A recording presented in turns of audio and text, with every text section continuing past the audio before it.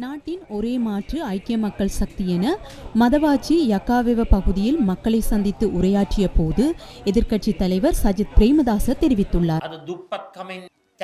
இன்று வறுமையினால் நசுக்கப்பட்டு அழுத்தப்பட்டு பாதிக்கப்பட்டுள்ள நாட்டிற்கான ஒரே மாற்று வழி ஐக்கிய மக்கள் சக்தியாகும். இன்று ஐக்கிய மக்கள் சக்தி உங்களிடம் வந்துள்ளது. ஒவ்வொரு தொகுதியாகவும் ஒவ்வொரு கிராமமாகவும் ஒவ்வொரு நகரமாகவும் வந்து நாம் உங்களுக்கு வழங்கும் செய்தி என்னவென்றால், நாட்டிற்கான ஒரே மாற்று வழி இதுவே ஆகும். மக்கள் வாழ்க்கையை பாதுகாக்கும் ஒரே அமைப்பும் இதுவாகும்.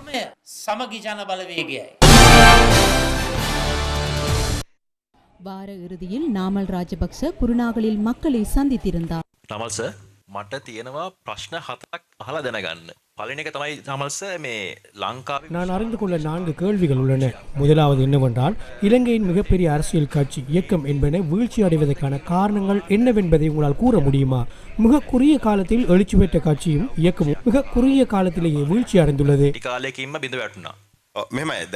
தற்போதைய அரசியல் இயக்கங்கள் வீழ்ச்சி அடைவதற்கு பல காரணங்கள் உள்ளன. சில வேளைகளில் அரசாங்கத்தினால் மேற்கொள்ளப்படும் தீர்மானங்கள் தாக்கம் செலுத்தும் சந்தர்ப்பங்களும் உள்ளன.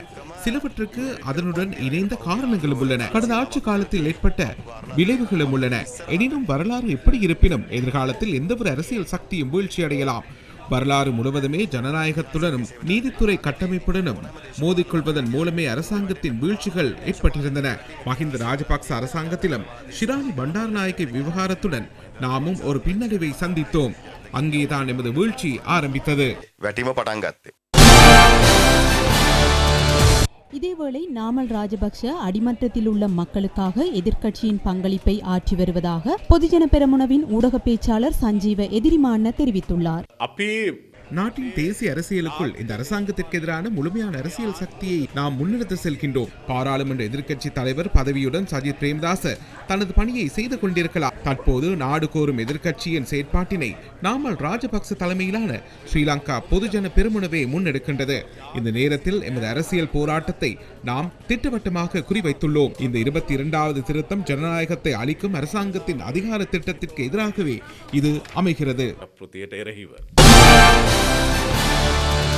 எதிர்க்கட்சி தலைவர் பதவி சவாலுக்குள்ளாகியுள்ளதா?